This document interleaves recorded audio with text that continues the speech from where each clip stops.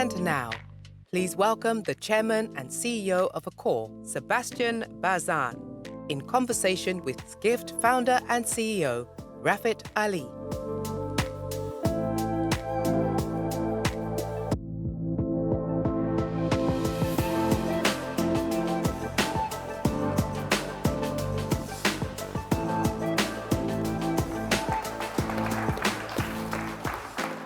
Sébastien, since it's 5 o'clock, is it 5 o'clock somewhere, right?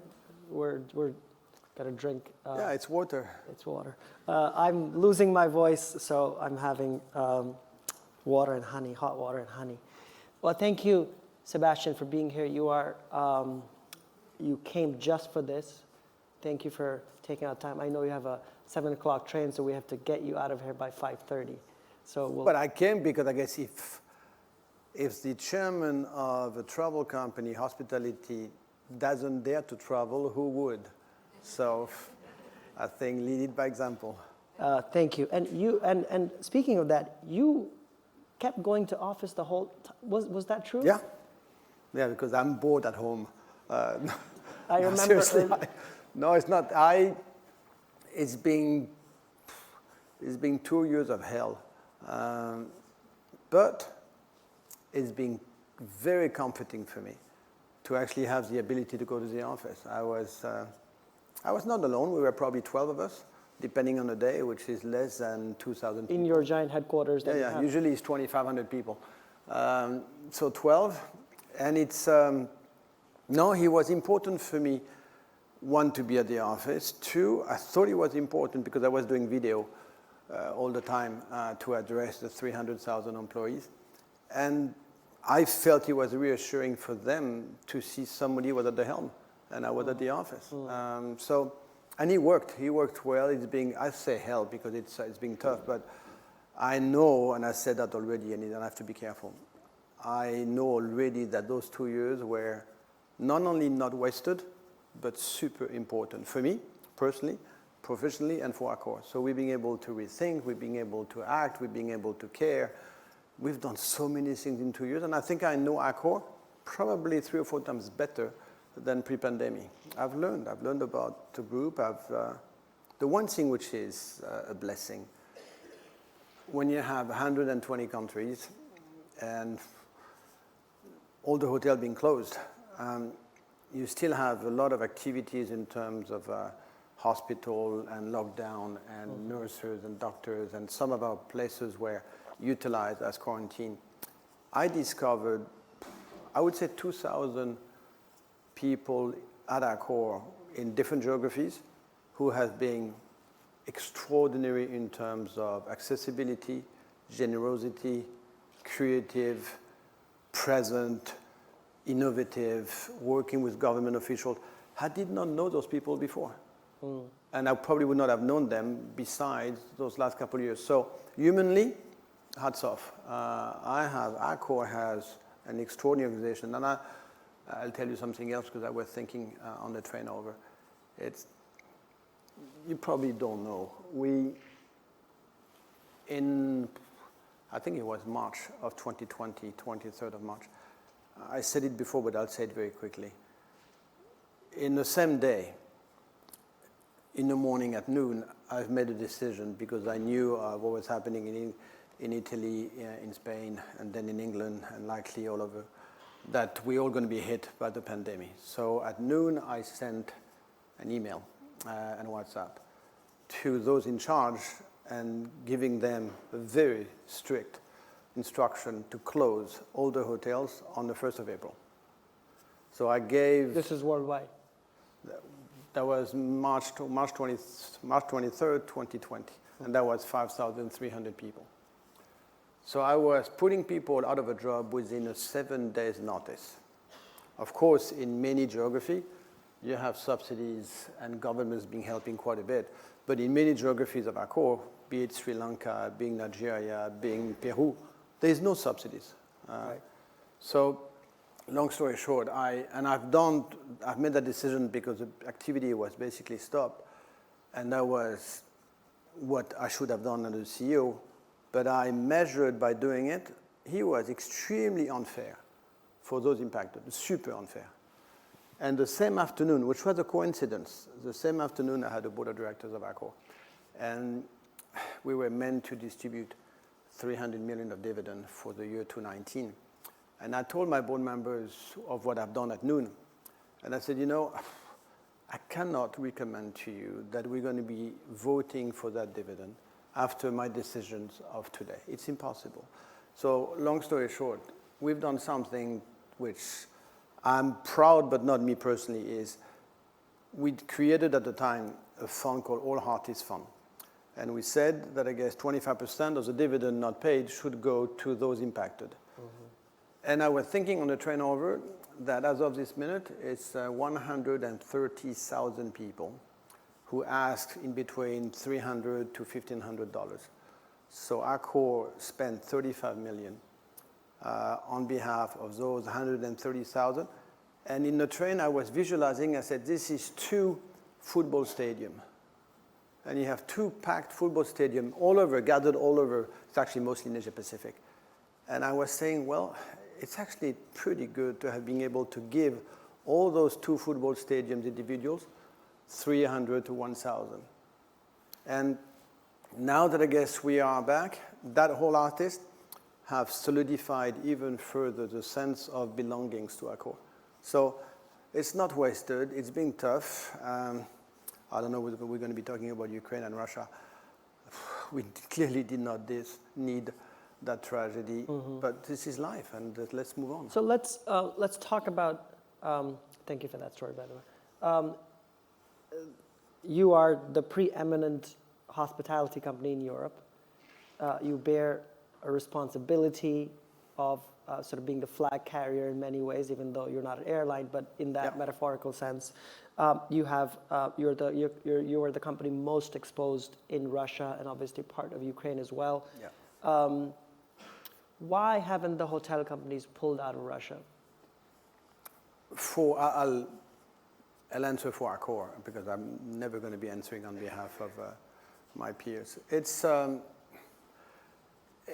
addition of many different reasons, and many of us could debate, as I'm debating with myself every single day whether those reasons are valid. So I'm not giving any lesson to anybody because it's a very tragic situation. First reason, which is not a good one, but it happens to be true, and I want to make sure I am coherent with the history of this company. Accor has been existing for 50 years now, and we've been in countries of war probably 30, 40 times over the last 50 years on different continents. And Accor never, ever pulled out of any hotel activities at the time employees needed Accor the most. And we've been very proud of always resisting. Even today in Myanmar, we're still open, and many other countries. And we're doing it, so this one is okay, but that's not a good enough reason, because every conflict has something very particular.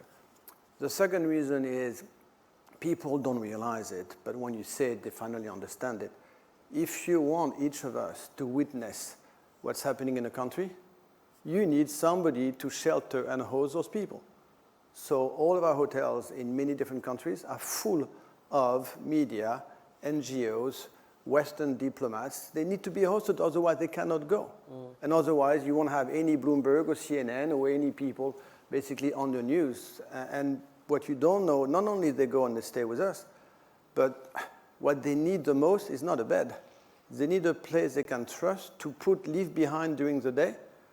Their appareil photo, their camera, and all the technologies they embark, because they don't want to be seized when they're going to be on the street. So they also believe that that brand will be caretaking of their own belongings, which is very important for them to communicate. The third reason is, and I believe that one, is I'm trying to not dissociate too much the people working in Russia, which I'm on the phone with them every 2 days. Via Zoom, whether they are in Russia, whether they are in Lviv, or whether they are in Kyiv. Our hotels are still open in Ukraine as well. This is not their decision. I'm making a very distinct decision between Kremlin and Monsieur Putin and the population of Russia. And I can tell you, being on the phone with them, they are in tears, those employees in Russia. They don't understand what's going on. The last thing I want is to impair those for something they have nothing to do for. But of course, we've made some other decisions, which are obvious one. Anybody on the sanction list, we close the hotels, and we had 5 out of 56. So those are done. We've suspended and closed all new openings, suspended any new development, suspended Accor Live Limitless loyalty program with any companies in Russia. So we've done many things, and we are watching every day whether we can do something extra. But if I need to say it, it's probably occupancy in Russia is between 35 and 40%. Accor does not make a dime in Russia. And even if we were to make 1 million, I can tell you that million will be reinvested very quickly in Ukraine. And by the same token, we have 90 hotels in Poland. Accor is the biggest in Romania, Hungary, Slovakia, Poland. So we already done 150,000 room nights to welcome the refugees of Ukraine. So now we spend enormous amount of time. But this is where Accor is at its best. I can tell you, you don't know how many Ukrainians work at Accor Hotel outside of Ukraine. We've been finding their families and siblings and basically get them back with their brothers and sisters away from Ukraine. So whatever. So there's, again, The multi-layered reasons of what you're just describing. They're multi-layered answers. It is multi-layered, and it's not an easy decisions, and it's we're just caretakers, and we're caretakers for the NGOs, we're caretakers for statesperson, we're caretakers for the media, and we're caretakers for the employees, and that's a good enough reason. So let me ask this one question, though. Do you expect, or are you getting any pushback from the Accor employees about your decision? No, we don't get pushback, but I guess I can tell you it depends. I'll say something, and I'll go very lightly. It's when you talk to people in Ukraine, and it's a very bizarre sentiment, I can tell you, when you are comfortably seated in Paris, and here you are on Zoom every 3 days with the head of the hotel in Kiev and in Lviv, and the guy is smiling at you. He's full of energy. His hotel is full of people probably not paying and sheltering. And you're asking, where do you get your energy from? And the guy is saying, not only is my duty, but I get it from the group, I get it from the people around me, I know I'm useful. And those people, we've been questioning them about a hotel in Russia. They don't want us to close the hotel in Russia. The people in Poland feel differently. We have more problem with the employees of Accor in Poland because they see the 3 million refugees coming in, and they're questioning more whether we should be remaining open in Russia, but not the Ukrainians. So, and again, there is no good answer or bad answer. People could have their own feelings, which I respect. In terms of recovery in Europe, let's go a little higher in terms of the discussion. Did you see a stoppage in the recovery in Europe outside of the Eastern Europe region, or are you seeing any changes there? No, it's, again, we led cycle recovery, Accor is, because we don't have the benefit of the US sizable market and resilient market. Accor's exposure to the US is probably less than 15%. And I wish it could be 70%, but it's only 15%. If you want to go from let's go from the east to the west. Asia Pacific, very difficult. I guess there was news today Singapore is opening. But Singapore is reopening, New Zealand is reopening, Australia will. Southeast Asia, to my surprise, Bangkok, Vietnam, Laos, every week is picking up by 5 or 7 points of occupancy, but it's coming from 10%. So, right. But there is good signs. But it's China is closed and probably going to be closed for God knows another at least 9 months at a minimum. But it's picking up a bit better than I expected. But Japan, there's nobody. Korea, there's nobody. So then if you go to Africa, very difficult. India, it's a large domestic market, and we never made any money in India. Probably will never make any money in India. But we happen to be a large operator. Middle East on fire. Middle East, all the activities, be it in Doha, in Abu Dhabi, in Dubai, just pricing are through the roofs. Traffic is extraordinary. people are spending on enjoying food and beverage concept. So Middle East is just very robust. You go to Eastern Europe, we just talked about it.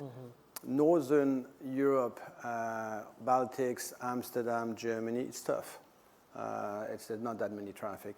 France is rebounding very quickly, more so than expected.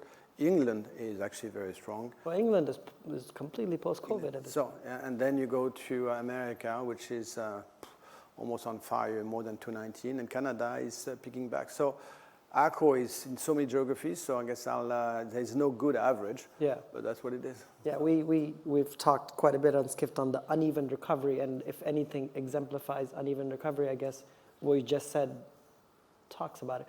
In US, even you are though doubling down on lifestyle hotels. You own a majority in Ennismore, and like Gaurav and Sharanan are running it. This is the Indian mafia, my dear. Indian mafia, totally. Brown people go. And so you're betting a lot on the lifestyle hotels. You were early on boutique hotels as well. I was early and I was late. I can tell you something. And I miserably failed 5 years ago when I was trying to question myself on something which will become evident, was not at the time, which is probably why I failed. 5 years ago, I said, it's so bizarre. The hospitality players, as good as we are, we only cater for the travelers, which is kind of normal because we offer a bathroom and the bed, which means that I guess 1.5 billion international travelers, that is great, and they represent 95% of what we do, and they're coming from a different town or from a different country. Perfect. But we have 7.5 billion people on the planet, which means we're missing probably 6 billion. And I said, this is kind of foolish to have hotels, CBD, very expensive to run and to build, and we're losing 6 billion of the population. So I started Accor Local. And I said, we need to reshift and invite those people living next door and to come and enter the hotels of Accor, the hotels of Marriott, does not matter. Because we have empty square meters between 9 o'clock in the morning and 9 o'clock at night. It's foolish and stupid. So I started Accor Local with different general managers of hotel. They could not give a damn. They said to me, of course, yes, sir, it's a great idea, but they did not mean it. And no traction whatsoever. The only guy who called me was Airbnb. He said, you know, Sébastien, your Accor Local is a great idea. Can I use all your hotels for remitting the keys for my clients? I said, I told him, go and take a hike. But it's, so it failed. Yeah. Well, you've been early on a lot of No, but it failed. But then I said, okay, let's at least on food and beverage. There's a reason why all the restaurants of hotel are empty, because they're boring, because you have to go through the lobby, and because the food is not good. Sorry, and I shouldn't say that on Skift. The food is extremely good. It's well designed, and we had to reinvent ourselves on food and beverage because we always thought it was necessary evil. No, it happens to be a real job with the real way to seduce people. So I refixed a lot of the F&B venues to attract the local population. But now, which is why we went into the lifestyle concept, because I said the one thing about lifestyle, which was 5 years ago with Hoxton, with at the time Mama Shelter and 21C and SLS and Delano and Mondrian and now with Hoxton, is because they have something magic, which is 55% of the revenues do not come from somebody staying in a room, and because 80% of that 55% is a local community. They understood what I tried to do 5 years ago with Accor Local, which is resilient, more fun, and plus on top of it, which is a miracle, people will choose your hotel because it is the trendiest hotel in town because you have the local population.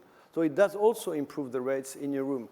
So this is has that held up during the pandemic of locals coming? 10%. You have a 10% better RevPAR for the last couple of years when the hotel were open for the lifestyle segment than non-lifestyle because of the local content. No, it's a great business now, and we may talk about it.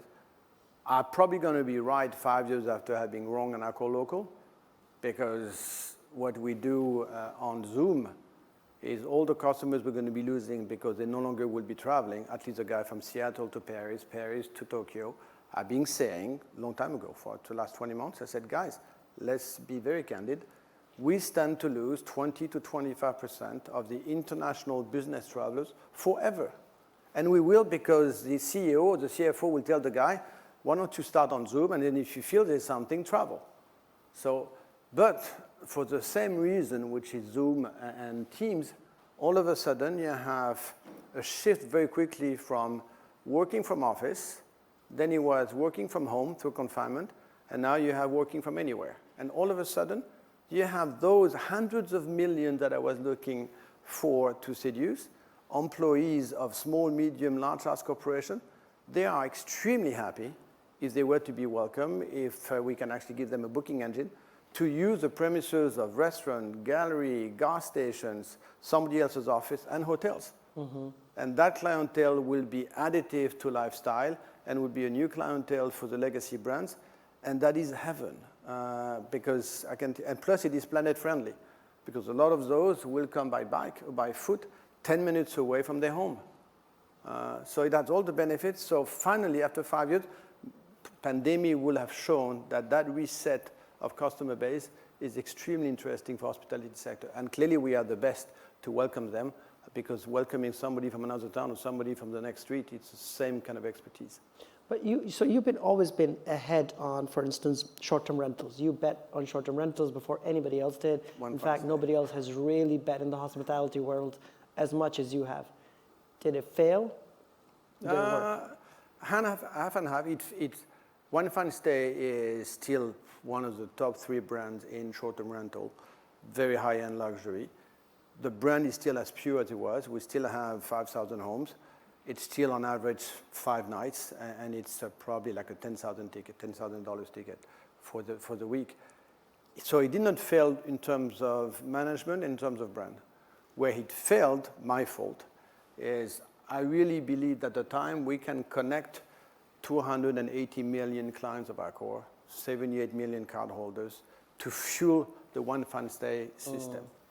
And I think we probably represent less than 2% of One Fine Stay traffic, where I would have made a bet that I guess we should be at 70%. And why was that? Just because people didn't? Same reason. The general managers was really pissed that I could derive some of the customer base from his hotel to One Fine Stay.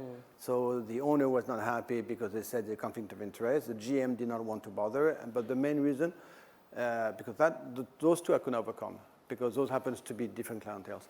Well, it's anybody who is going to be coming for less than 2 nights will stay in a hotel. Right. And we see that with Airbnb. If you were coming for more than 4 nights, a group of 4, then you're thinking of another type of accommodation, apartment or Airbnb or anything of that like.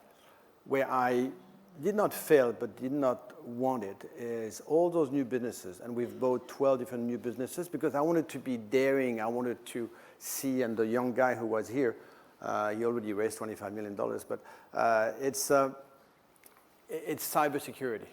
Unfortunately, the technology embarked on a lot of startups is too weak for me to connect my 300 million, because that gives some very easy entry doors for the hackers to hack my system. So we did not connect the traffic of Accor until you bulletproof their own technology. That is the impasse. We fixed it, by the way. We fixed it for John Paul. We fixed it now for One Fine Stay. But you need to fix it first. And also, continuing on that theme, you also bet, I think, the only hotel company that bet on co-working. Yep.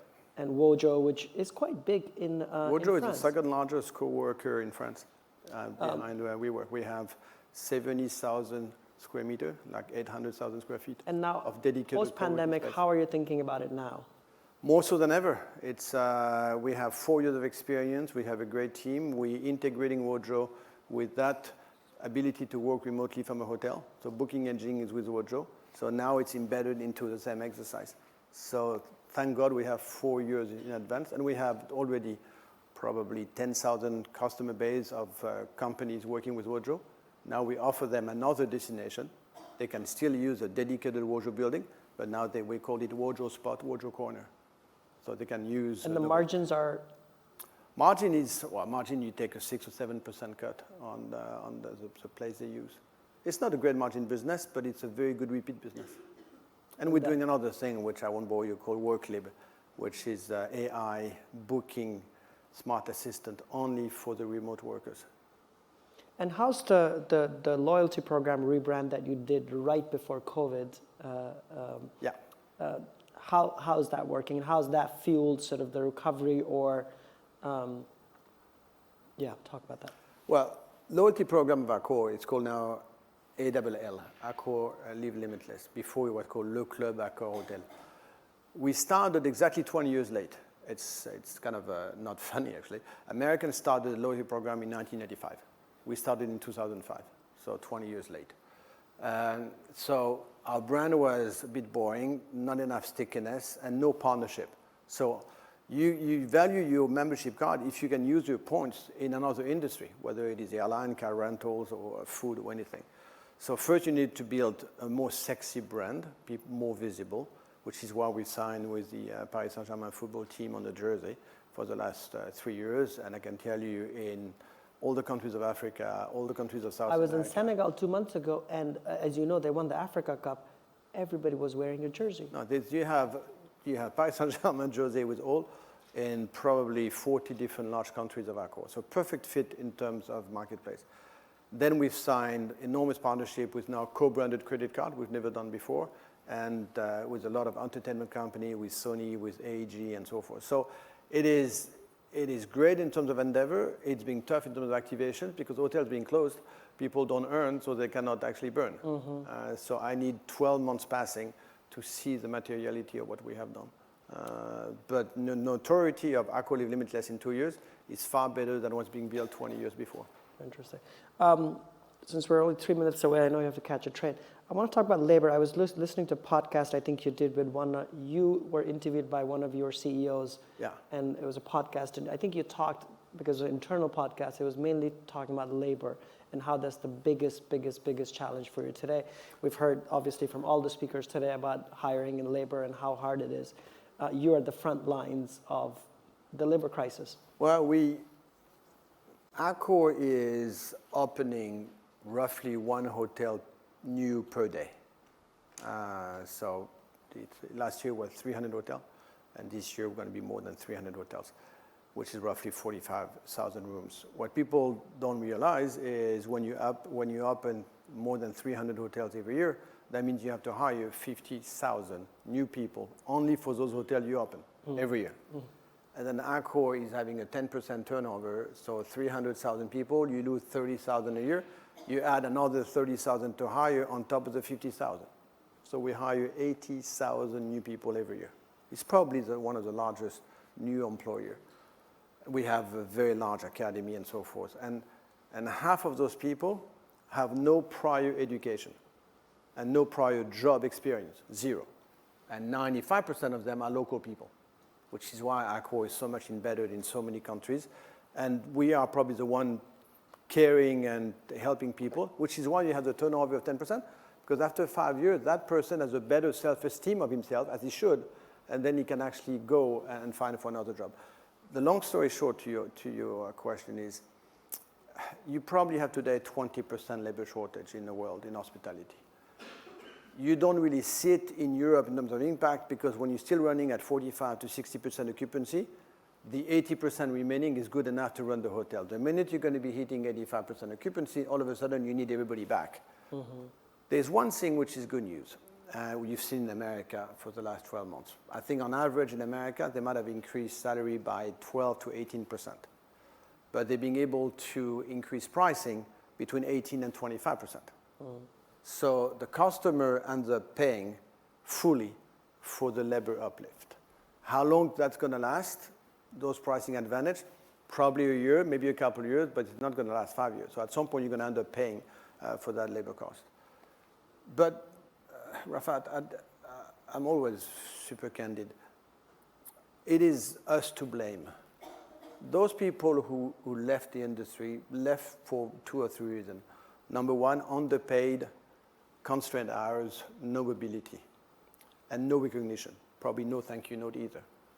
And number two, decided that they're going to be changing domicile, go to another place, and they want to try something different because they had time to measure the prices of sacrifices. They never had that chance before. So I respect those 2 very legitimate reactions. But the first is my fault. we as large hospitality CEOs, we have been blind in not recognizing the sacrifices, the underpay, the challenges, and the lack of mobility. It's us to blame, not the employees. So you're going to get the labor back if you promise to them that what they would be accepting for a couple of years, it's only a couple of years. That you're going to be paying them more, you're going to be training them, and they're going to do a different job. There's still a lot of people who are going to be willing to join hospitality if they can feel they're going to be evolving in their career path. So it's a question of more human resources, more attention, more granularity with individual people, and then accept to pay more. But the hospitality labor market is not dead at all. It's one of the very few industries in which every day you meet someone and you interface with someone, so human capital is extremely strong. So no, I'm still actually very bullish on my industry. But we have to face it. With that and this clarion call from you to the industry to treat their employees better, let's end it here. And and just Rafat, because I don't want to give the sentiment that I guess it's Accor.